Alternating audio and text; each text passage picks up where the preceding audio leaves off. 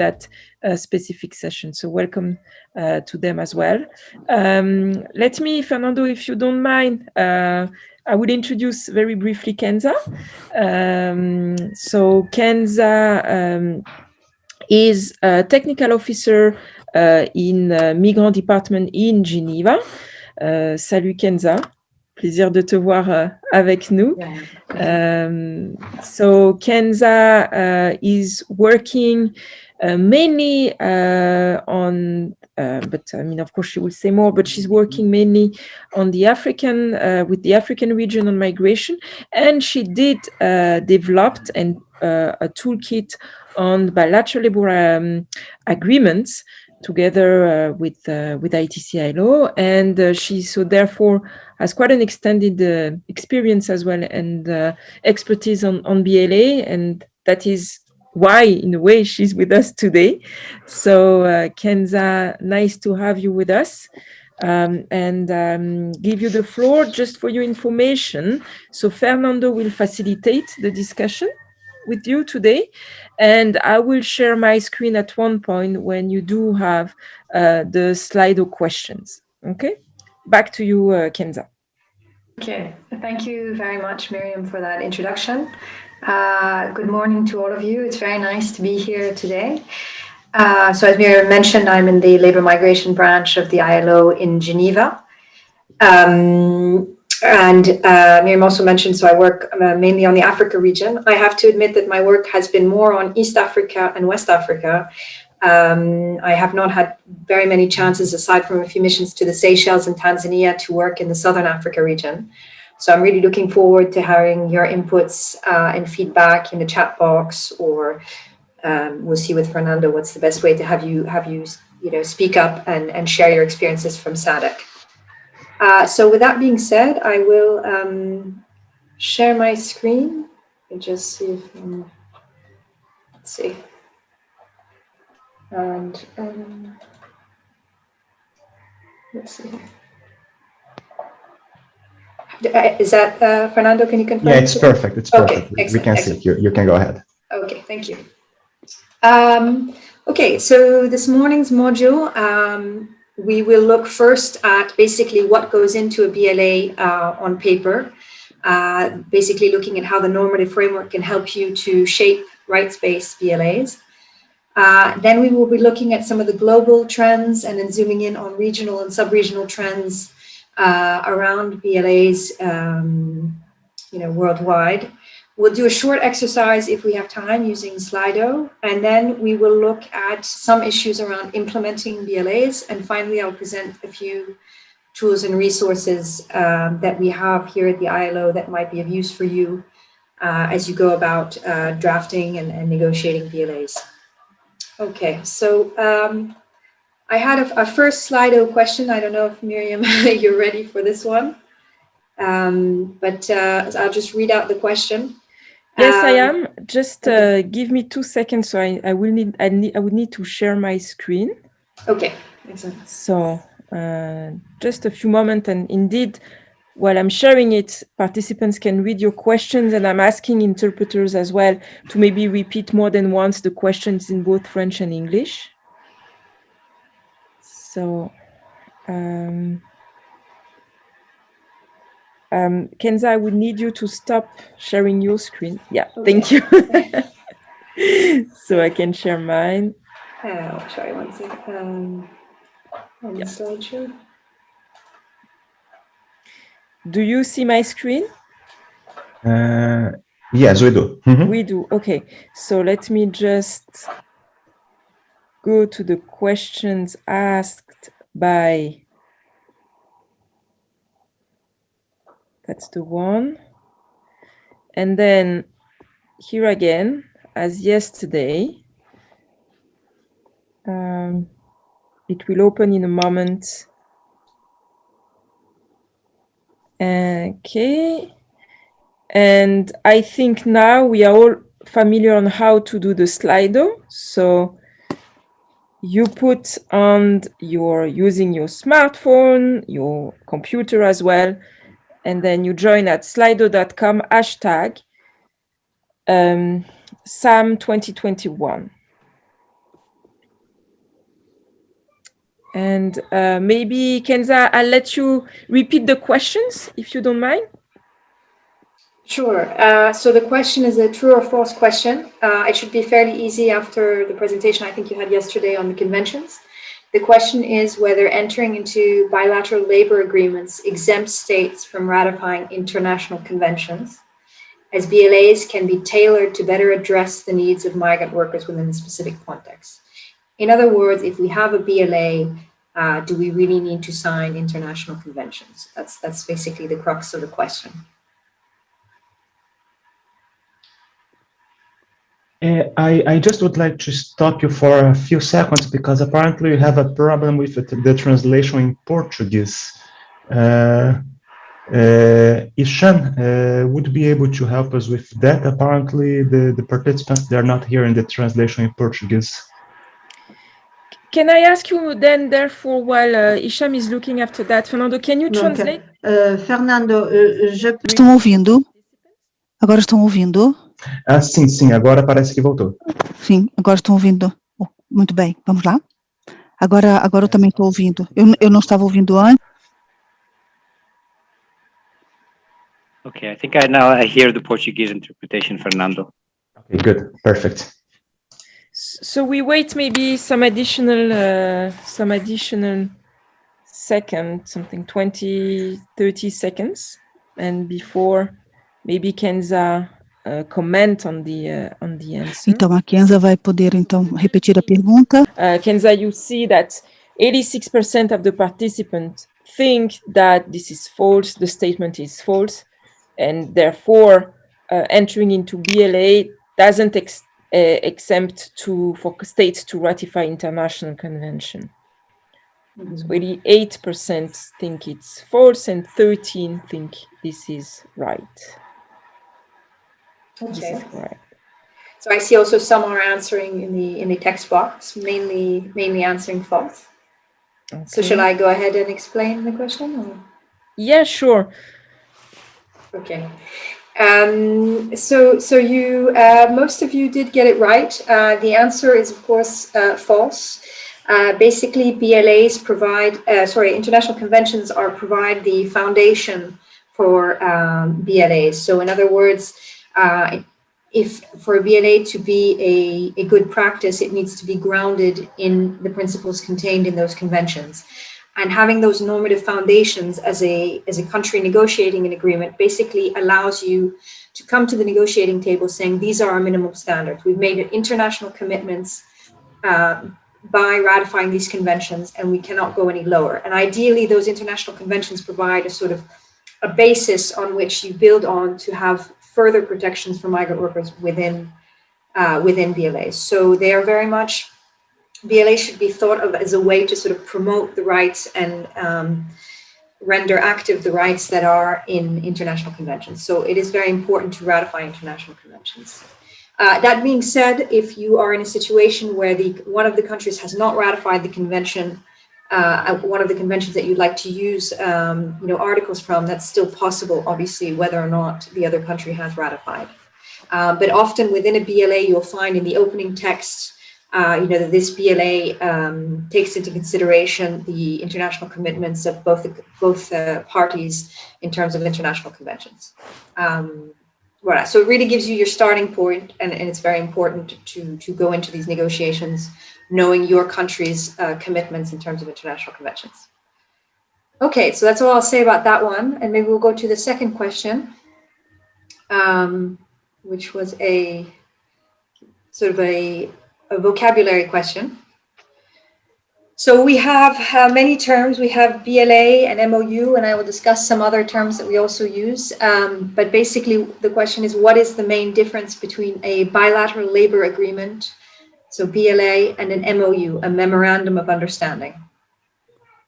So we have 4 options. So I'll let you choose and give you a few moments for that.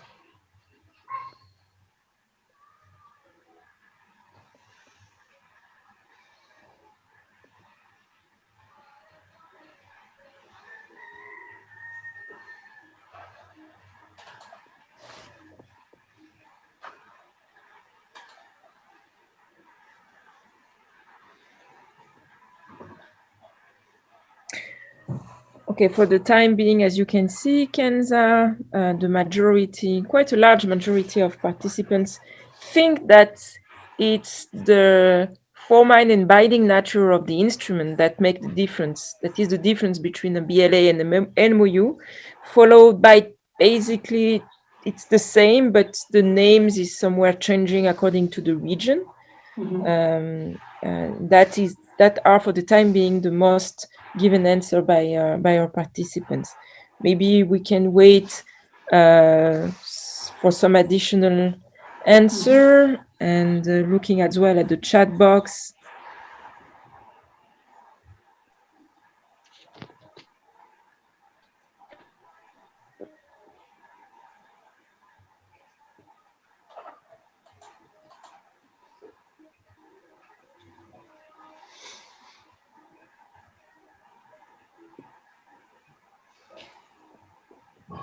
Okay, so I see here that the responses are maybe a little more divided across the different answers, but with a clear preference for the first one, and that is indeed correct.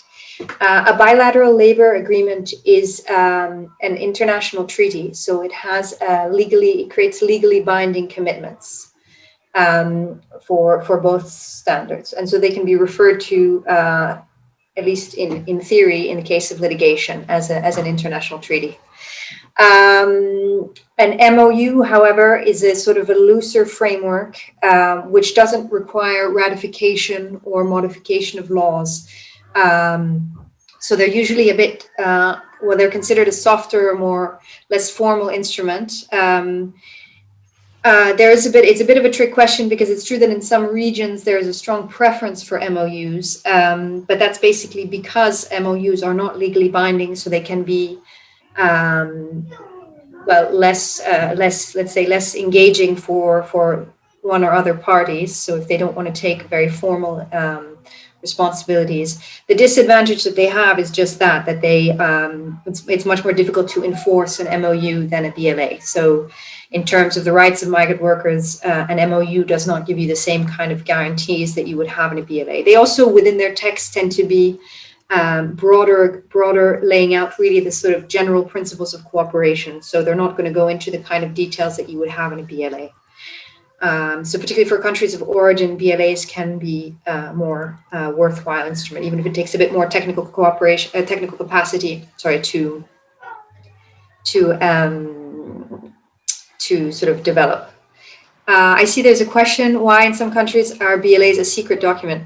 That's a very good question.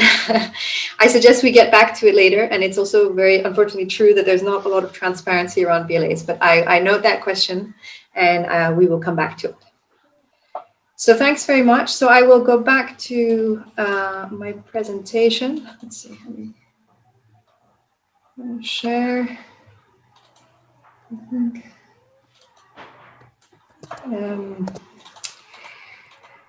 So we were just looking at some terminology, so I won't go through this again, but we discussed, we have, again, this is just to sum up what we just spoke about, BLAs versus MOUs. I just wanted to mention that there are also a lot of other terms that we use.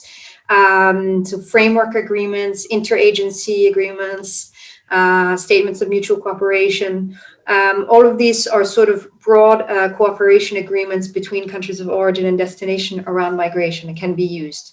But again, there is a tendency to consider within ILO anyway that a BLA is in some sense a better practice, because you have something really enforceable in terms of the rights and protections of migrant workers. I would also mention that in the presentation, I also use the term BLMA, so bilateral labor migration agreements. This has been used in the last couple of years among UN agencies as a sort of broad umbrella term that just refers to BLA, MOU, and all of these types of agreements on a bilateral basis that are established to basically govern labor migration. So if you see the term BLMA, it's basically the umbrella term. So moving on. So I wanted to mention that the added value of BLAs has been recognized in a number of high-level multilateral fora. One, of course, is at the 2017 International Labour Conference of the ILO, which brings together 187 member states. They adopted a resolution on fair and effective labor migration governance, which called on bilateral agreements that are aligned with the ILO standards and based on social dialogue, among other things. And then we have more recently, the Global Compact for Migration, which also calls on member states to develop bilateral agreements, which are also, again, this idea that they should be rights-based and align with international labor standards. So what we see is that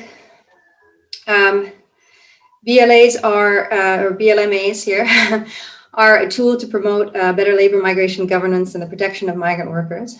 One of the advantages, of course, for both countries of origin and destination is that they, I won't mention again the different protections that they can contain for international, based on international conventions. So we'll look into that in more detail in the next slide.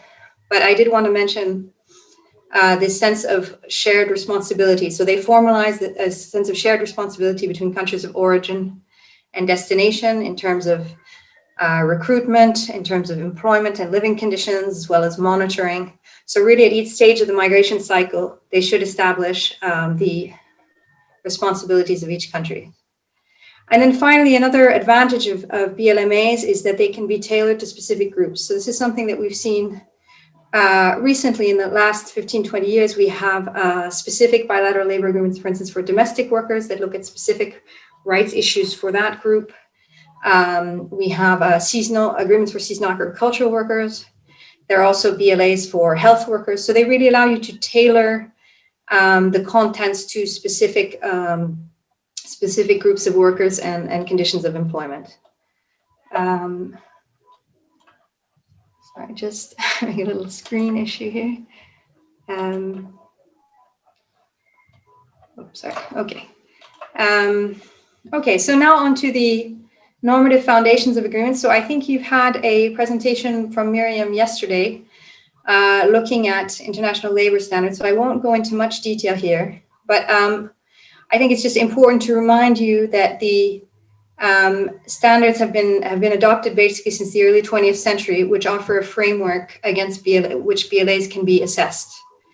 And as I mentioned earlier, these are minimum standards. So ideally, BLAs would go further than the minimum standards contained, the minimum sort of rights contained in these standards to give greater rights to migrant workers. So I just wanted to give a few sort of specific examples. I know that some of the conventions can be a little bit heavy in terms of reading, but they do have very concrete things that can be useful in BLAs. So maybe I can just take a few from ILO Migrant Worker Convention 97. So one, which I'm sure you heard a lot about yesterday, was that no recruitment fees or related costs should be charged to or otherwise borne by migrant workers or job seekers.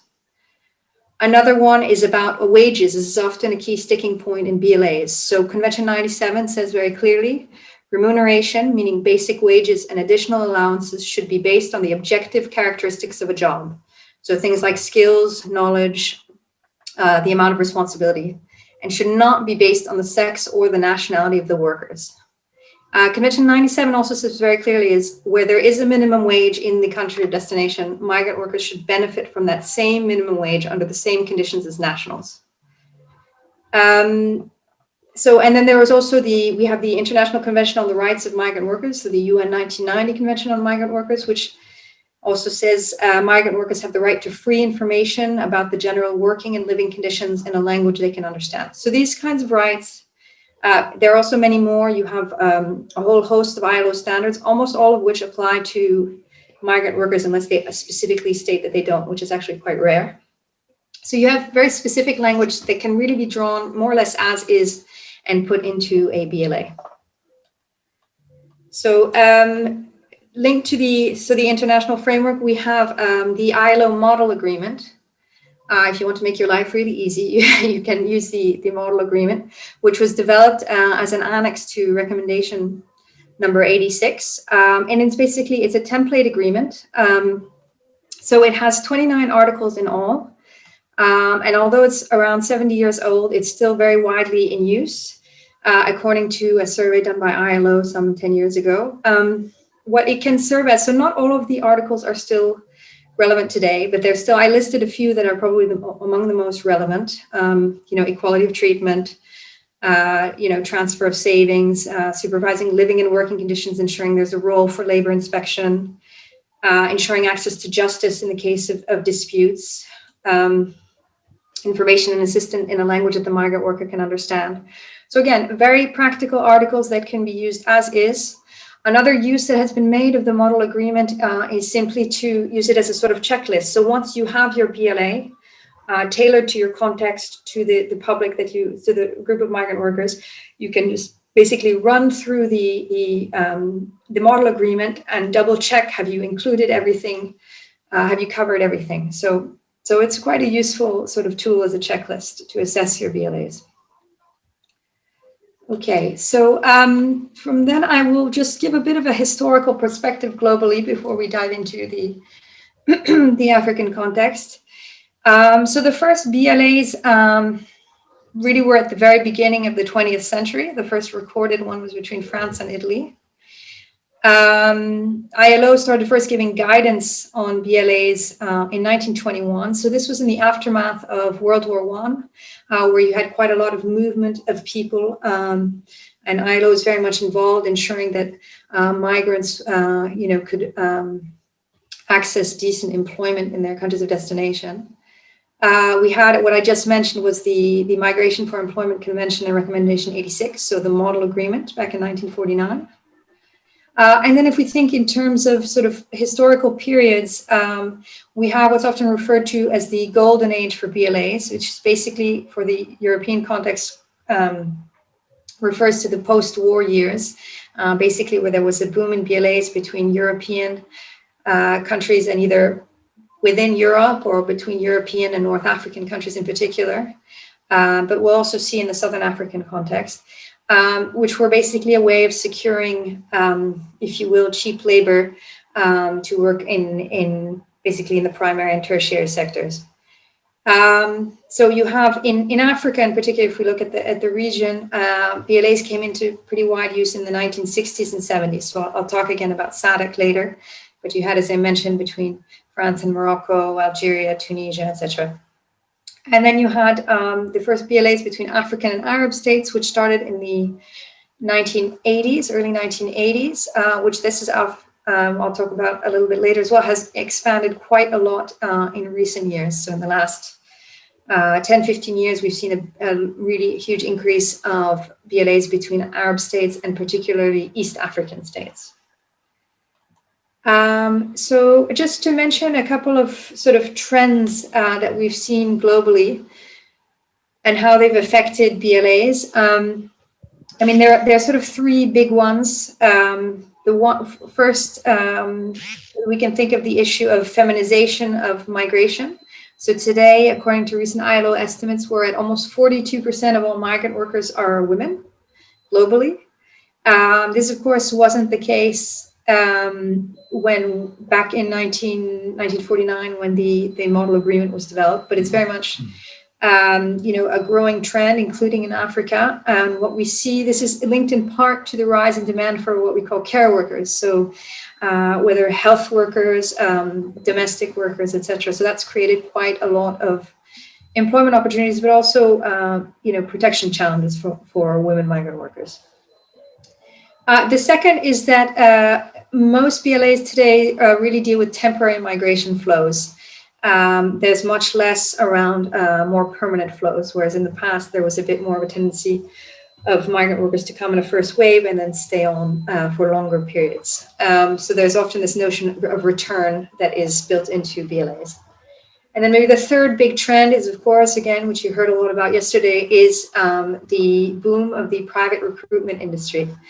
And so that, when BLAs first came around in the 1940s and 50s, a lot of these schemes were run by government-led service, so government public employment services, basically. And today we have an increasingly complex mix of intermediaries, which create a lot of challenges, obviously, around regulation for governments. So in terms of what this is sort of translated into trends for the actual BLAs and MOUs, I mentioned the trend of a move towards less binding MOUs. This is something we see in particular in Asia, that they almost exclusively sign MOUs. I mentioned also increasing agreements between Africa and the Arab states, particularly East Africa. Some other trends that we see, so standard employment contracts are increasingly annexed to BLAs or MOUs, and this is where you can get into the sort of nitty-gritty of migrant workers' rights in terms of, you know, working time, rest period, wages, and so on. And having a standard employment contract, as long as that comes with a means to, you know, implement them, monitor them, and so on, really a way to get into some of the details of what kind of rights the migrant worker will have access to. We've also seen that there's been more and more countries which have adopted national labor migration policies. We've seen this particularly in Africa. And those policies can create a sort of framework within which the BLA will function. And ideally, the national labor migration policy would set out how exactly BLAs or MOUs will further the objectives of that policy. So there should be alignment, obviously, between those instruments. And then we have also an interesting development in recent years have been more and more agreements between unions in countries of origin and destination.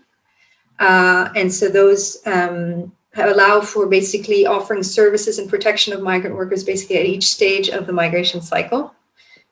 Also joint campaigns around migrant workers' rights between unions. And then to mention also this increase in quite a few fora on intra-regional and inter-regional dialogue. We have some examples from the Middle East and Asia, the Colombo process or the Abu Dhabi dialogue, which are often sort of consultative processes. They're non-binding dialogues, but they do create a space particularly for countries of origin, can try to think about having common positions on BLAs to ensure that there's not a sort of race to the bottom within a region. And then obviously the issue of COVID-19, which had a very huge impact on migration flows. It's still a bit of an open question, but it creates an opportunity possibly to renegotiate some terms of BLAs where it revealed some of the weaknesses in BLAs, particularly in terms of access to healthcare for migrant workers, to dignified return, to social security measures in case of, in case of loss of wages, what kind of compensation measures are open to migrants. So that's sort of an open question again, but it's something that has revealed some of the weaknesses in BLAs and things that need to be rethought. So that's more or less at the global level. So I wanted to now look at what's happening in Africa. So we have several frameworks at the regional and sub-regional levels that make reference to BLAs and MOUs, particularly within the context of moving towards free movement, both at the AU level and at the SADC level. The idea of BLAs as being a sort of bridge before achieving free movement on a multilateral level has been mentioned in a few of these documents. The idea of standardizing BLAs has also been brought up at the AU level.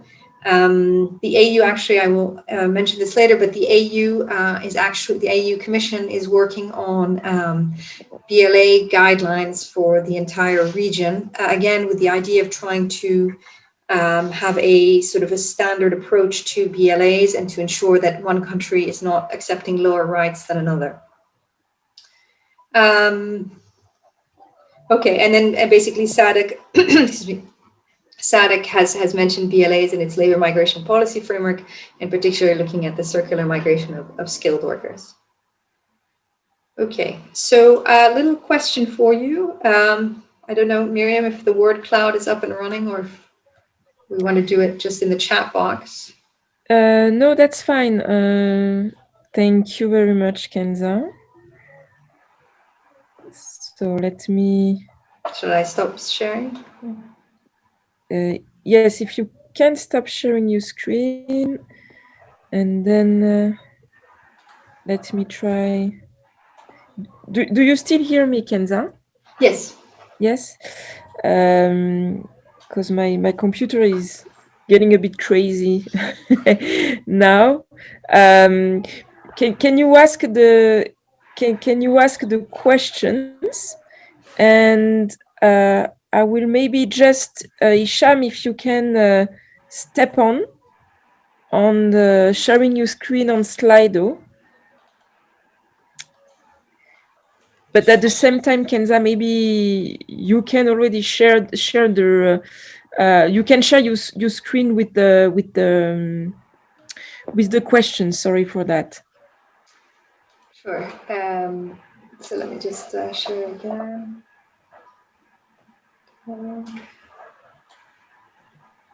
Your screen share. Okay. So you can, I think, see my screen. I think it's okay, Kenza. Sorry to I found back my computer is responding again. Okay. So should I end this slideshow? End this screen? If need be, I'm also here. If you can't show Okay. it to Miriam. Okay, so I should be able to.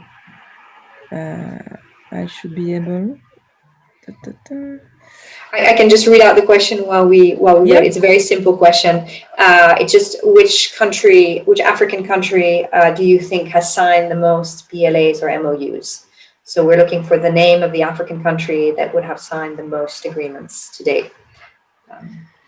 And so I will share my screen. We see the answer in your slide, actually. Do we? Oh. Am I still sharing? Yes, you're still sharing. Okay, sorry. No problem. That's a shame. Okay, well, that's okay. Well, let's see if people are pay attention. You're still sharing. I'm still sharing. Okay, but if I share now, you should only see the question, huh? Do you see the answer? I do see it, but I know the answer as well. But we saw. Okay, well, I saw. Yeah, I think people saw it. So it is indeed. That's okay. So we will work on the technology for next time. No problem. The answer is indeed, as was written on the screen, was Sudan. Sudan has about, and it's as far as we know, which I will come back to, but as far as we know, Sudan has about 20 BLAs or MOUs, include many with the Arab states, some of which go back to the 1970s or 80s, as well as with North Africa, Libya and Egypt, but also with some countries outside of that region, including Vietnam and Ireland. So they have been quite active, but for over a very long time. And I say as far as we know, because as somebody asked in the beginning, unfortunately, many of these BLAs are not made public and are very difficult to get a hold of. So it's a little bit difficult when one is doing research on BLAs to really get a sense of the lay of the land. And so back to that question of why is it that they are not made public? I can't answer for the countries involved, but I think that there's basically two issues at stake. One is that some of these agreements don't necessarily respect the sort of good practice in terms of migrant workers' rights. I think there's sometimes pressure within governments. There's sort of competing objectives between securing access to a foreign labor market and reducing pressure of unemployment. That's one objective, and the other objective is ensuring protection of migrant workers. So sometimes, in a sort of, because countries really want to have access to a specific labor market, they are willing to accept conditions that are below international standards and good practice, and they may not want to make that overly public. I think part of it is also simply that it's maybe not necessarily thought through. The agreements are thought of as government to government agreements, and they don't necessarily involve much stakeholder consultation in terms of, trade unions, employers organizations, civil society organizations. So they are more or less conducted behind closed doors, and there's not necessarily an impulse to, transparency, communication, making them publicly available, educating migrant workers, recruitment agencies, and so on. What are their rights and obligations under BLA? So it's something that's a little bit forgotten. Sometimes BLAs are signed, and then we just never hear about them again. And again, sometimes it may be because the conditions negotiated there's a sense of competition sometimes between countries. So countries can be multiple countries. For instance, now in East Africa are quite keen to have agreements with the Arab states. And the risk is that they sort of negotiate on rights, basically, to get access to those labor markets. So anyway, Kenza, I have a question for you, maybe before you move to the next slide, still related to the numbers of signed BLA or MOU. You gave the answer for Africa, but in terms of to see with other region, do you have some kind of similar information, like particularly, for instance, in Asia, on some example for countries such as maybe, Philippines, who do have a lot of agreement and MOU in terms of number, also to compare with maybe other regions at the global level?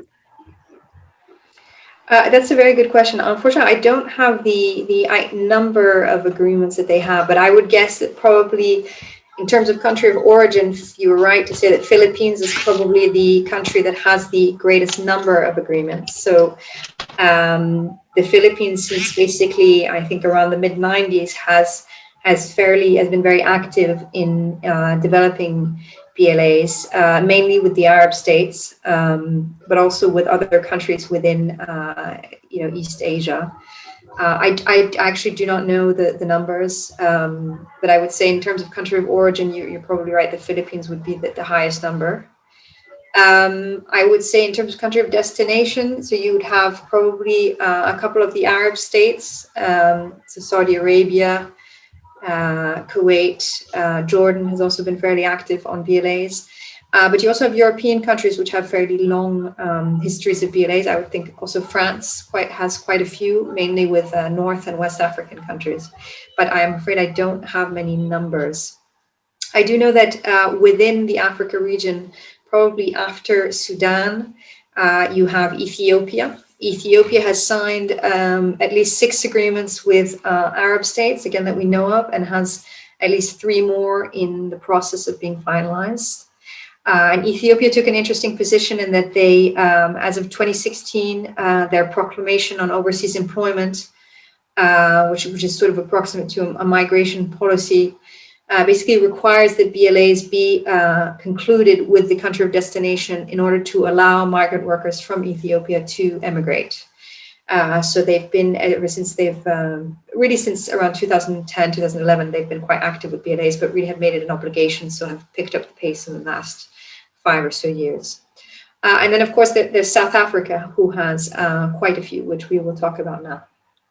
But I will look up the number thing and get back to you. Thank you, Kenza. Just a short comment for your information. We do have, as I said, we do have, I would say, guest participants from a course on the governing labor migration, and we do have a participants from Philippines who just highlighted that for the time being it's 41 agreement with 41 countries.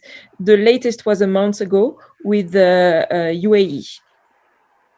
Excellent. Okay, well, that's really excellent. I'm sorry, I don't know how to see the chat and manage the slideshow, but let me see. But that's really excellent. Okay, I see 41 countries on domestic workers. Yes, I know that Philippines has been quite the trailblazer on these dedicated domestic worker agreements. And I know that ILO often actually quotes the Philippines agreement with the Kingdom of Saudi Arabia on domestic workers, which contains a number of good practices in terms of specific rights linked to workers, which are, within the household and all the difficulties that involves in terms of, ensuring labor protections. So Philippines is certainly at the forefront. Interesting to know they have 41. So that gives quite an example of scale. And again, so within Africa, Sudan is around 20, Ethiopia is around 6, soon to be 9. But the numbers are clearly much lower than in the Asia region. I would think also Sri Lanka, India have also been quite active on BLAs, and they're probably more in the 20 plus range, but to be verified. So thanks a lot for that. So maybe we can move on to just looking a little more deeply into the Africa region. So there was a quite a wide-ranging review of BLAs that was done by the ILO in 2015 by an expert, Piacere Wickramasekara, who was a former ILO staff. And he looked at some 132 agreements, 32 of which were from the Africa region, and did a very comprehensive assessment of the texts of agreements. But basically, in terms of the number of agreements that they reviewed, what we see is that, of course, these are not, again, the world's agreements, but the ones that were selected and that are were made available to the ILO, not always publicly available, but available to the ILO. And what we see is a clear increase in BLAs, particularly since the 2000s. So we had a couple, in the 1960s and 70s, and then it really picks up from basically the mid-90s until now. So in terms of trends. So let's have a look now on what happens in the SADC region. This is, again, information I found through different research that's been done by ILO. But again, I'm not an expert on SADC, so please don't hesitate if you have things to add in the chat box. But basically what we see is a sort of a similar dynamic to what we have sort of worldwide, in this idea of sort of first generation BLAs, from starting in the very early 1920s, but really, the main first generation BLAs from the 60s to 70s, and then the second generation, much more recent, in the 2000s. So those first generation BLAs was particularly, it was South Africa as the destination country. And these basically sought to secure labor for the mining sector, and to a lesser extent for agriculture. So you had South Africa, who signed with Lesotho, Botswana, and Swaziland, and Mozambique, which was at the time a colony of Portugal. So the agreement was with Portugal, and Malawi. These agreements have very little to say on. In fact, they don't expressly refer to the rights of migrant workers. They're mainly about the sort of administrative modalities governing movements across borders, repatriation of former workers, etc. So very sort of administrative agreements. And then we have this second generation agreement, sort of around from the mid-2000, and again, similar to the trends that we've seen elsewhere, particularly in Europe, it's a trend towards more looser MOU agreements, sort of broader framework cooperation agreements. So these include, when I say broader cooperation agreements, they tend to include sort of issues of immigration more broadly, but issues like also cooperation on data collection on migration or on employment statistic, capacity building of immigration and border patrols, fighting against human trafficking. It's sort of a wide range of issues that wouldn't fall under labor migration per se, but basically more cooperation around migration generally. So an example of that, there is an agreement between South Africa and Tanzania from 2007, and there are a number of other ones in that sort of same vein.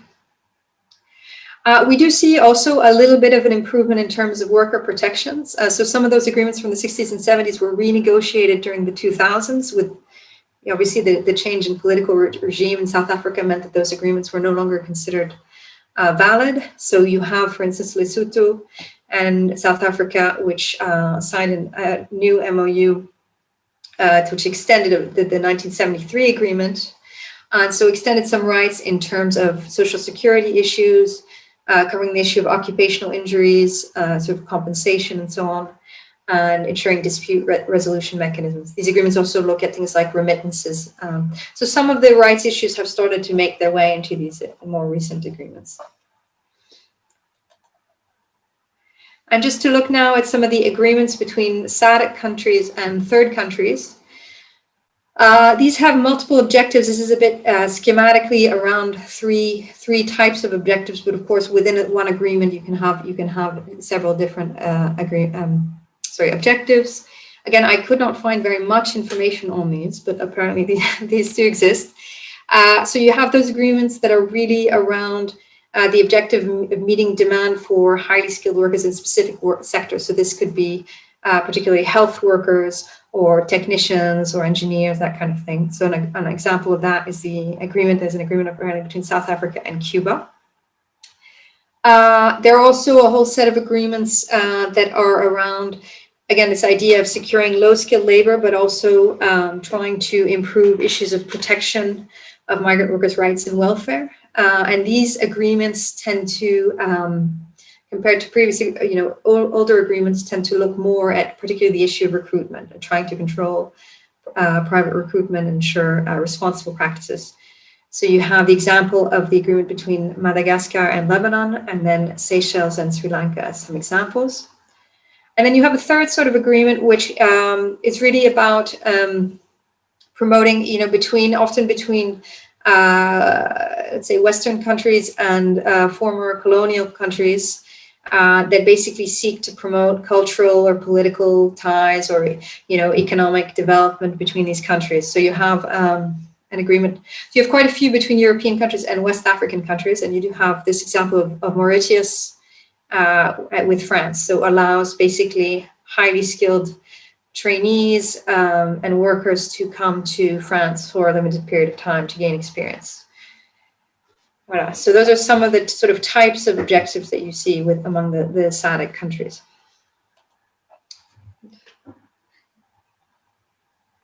So back to the review of agreements globally that I mentioned earlier that the ILO undertook in 2015.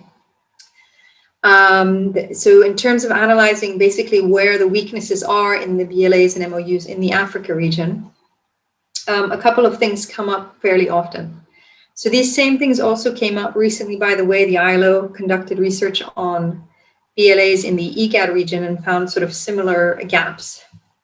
So among those gaps, we have the issue of gender discrimination, so making sure that there are clauses in there that protect women migrant workers against specific either gender-based discrimination, gender-based violence, or just basically tailored to the needs of women and men specifically. Social dialogue, ensuring that there is a scope for consultation of social partners within the development and implementation of BLAs. That's very often missing. The issue of wage protection measures, so how to ensure that wages, what happens if wages are not paid in a timely manner, etc. Supervision of living and working conditions. A lot of agreements make no mention of the role of labor inspection to ensure that the living and working conditions of migrant workers are adequate. Protection of travel and identity documents, basically ensuring that migrant workers keep in their possession at all time their identity documents and therefore are free to leave the employer, leave the country at their will. That's often not mentioned. That's particularly a problem with agreements with the Arab states, where I won't spend too much time on this, but under what they call the so-called kafala system, which is basically a sponsorship system where the employer sponsors a migrant worker, it's often common practice for the employer to confiscate these types of documents, making it very difficult for a migrant worker to leave an abusive employment situation. Issues of skills recognition are also left out. So ensuring that there's some means to ensure that migrant workers earn jobs that are adequate to their level of skills and competencies, and ensuring that the skills that they may have gained abroad while they're in their country of destination will be transferable back to the country of origin is often missing. Issues of social security and health benefits. Unfortunately, in a number of destination countries, there are still barriers to accessing social security for foreign workers that I know you heard a lot about this morning, so I won't go too into that. And then the issue of complaints mechanism. Concretely, what can migrant workers do if they find themselves in a situation of a dispute with an employer, or that their contract is not respected, etc. So these are some of the issues that are often basically just left off the negotiating table, unfortunately.